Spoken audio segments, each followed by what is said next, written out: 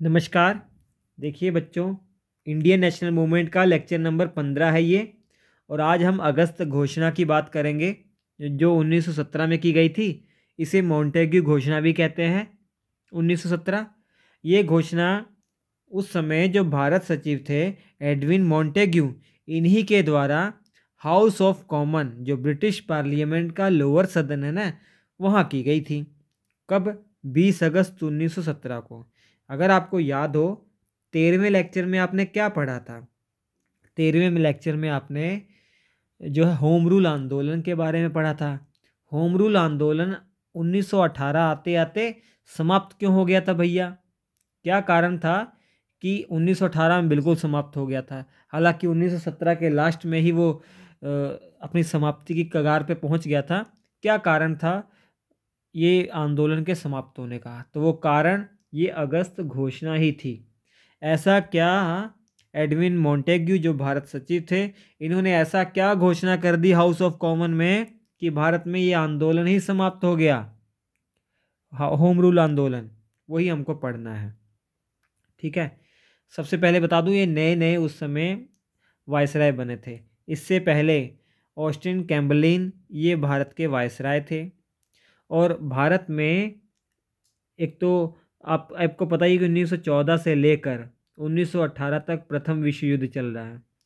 प्रथम विश्व युद्ध के बीच में 1916 में आपका होम रूल आंदोलन भी चल रहा था। होम रूल आंदोलन भी चल रहा था और भारत के सचिव ऑस्टिन कैम्बरलिन थे।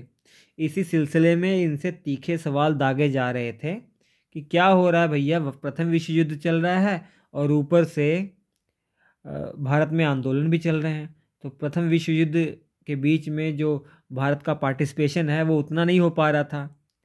तो इस मुद्दे को लेकर ऑस्टिन साहब ने 17 अगस्त 1917 को इस्तीफा दे दिया और नए भारत सचिव बनते हैं एडविन मॉन्टेग्यू।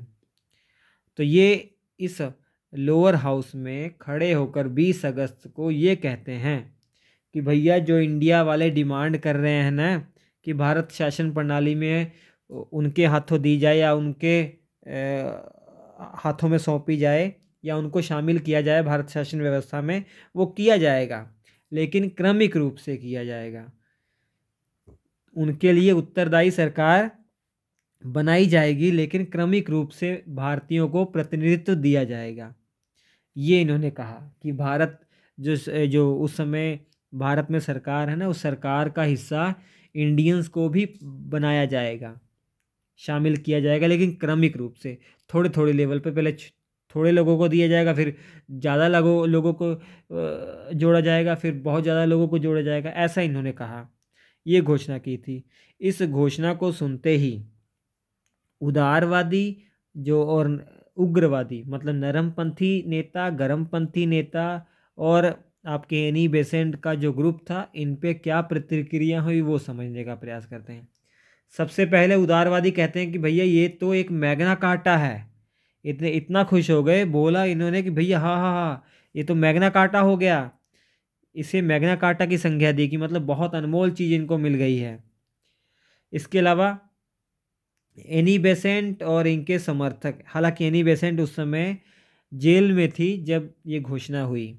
इनको बाद में जेल से छोड़ दिया गया दिसंबर में, और 1917 में कांग्रेस के अध्यक्ष भी बनती हैं, ये आप पढ़ चुके हैं। एनी बेसेंट और इनके समर्थक भी खुश हो गए, इन्होंने भी होम रूल आंदोलन वापस ले लिया। अब बात बची बाल गंगाधर तिलक की। बाल गंगाधर तिलक सब जानते थे। इन्होंने कहा कि भैया ये बिना सूर्य का उषा काल है, कि मतलब ऐसा उजाला है जो बिना सूरज के ही उजाला हो गया है, मतलब टेम्परेरी है। तो इन्होंने भरोसा नहीं किया। लेकिन आपको पता है कि बाल गंगाधर तिलक उस समय लंदन चले गए थे, एक मानहानि का केस करने के लिए लंदन चले गए थे। तो आपको अभी कमेंट में 2 जवाब देने हैं। पहला प्रश्न ये है, कल का जो प्रश्न मैंने पूछा था कल वीडियो में, सबने सही जवाब दिया था, वेरी गुड।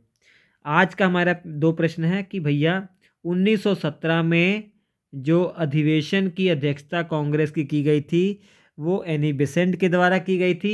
ये कहाँ पे अधिवेशन हुआ था? पहला प्रश्न तो यही है। जवाब दे दीजिएगा। जब जवाब दीजिएगा कि 1 नंबर डाल के ऐसे जवाब लिख दीजिएगा। दूसरा प्रश्न ये है कि बाल गंगाधर तिलक किसके ऊपर मानहानि का केस करने के लिए लंदन चले गए थे? आपको ये बताना है कि किसने अपनी किताब में बाल गंगाधर तिलक को भारत में अशांति का दूत माना था या जनक माना था। उसी के खिलाफ ये केस करने के लिए लंदन चले गए थे मानहानि का। वो कौन सा राइटर था, कौन सा अंग्रेज राइटर था? ठीक है, बताइएगा, जल्दी से बताइएगा। ये 2 प्रश्न हैं। ठीक, चलिए।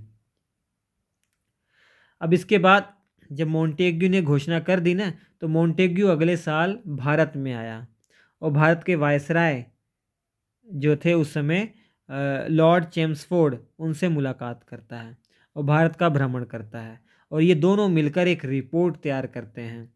इस रिपोर्ट के आधार पर ब्रिटिश पार्लियामेंट में एक एक्ट पास होता है जिसे भारत शासन अधिनियम 1919 कहते हैं, या इसको मोंटेग्यू चेम्सफोर्ड सुधार अधिनियम 1919 कहते हैं, क्योंकि ये लॉर्ड चेम्सफोर्ड और एडविन मोंटेग्यू की रिपोर्ट के आधार पर अधिनियम बनाया गया था। इन्होंने जो रिपोर्ट प्रस्तुत की थी ब्रिटिश पार्लियामेंट में, उसी रिपोर्ट के आधार पर यह कानून आया था।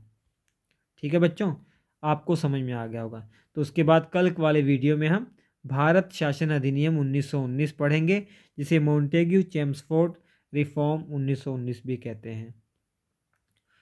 तो ये समझ में आ गया होगा आपको कि 13वें लेक्चर में जो होम रूल आंदोलन पढ़ा है वो समाप्त क्यों हुआ था?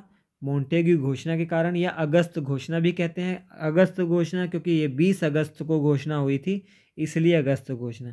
अगस्त बच्चों ने, अगस्त का महीना बहुत महत्वपूर्ण था इंडियन नेशनल मूवमेंट के हिसाब से। अगस्त घोषणा, अगस्त प्रस्ताव भी पढ़ेंगे। देश आज़ाद भी हमारा अगस्त में ही हुआ था। ठीक है, तो कल वाले वीडियो में 16वें लेक्चर में 1919 का जो अधिनियम था वो देखना मत भूलिएगा, बहुत महत्वपूर्ण, मज़ा आने वाला आपको। Thank you.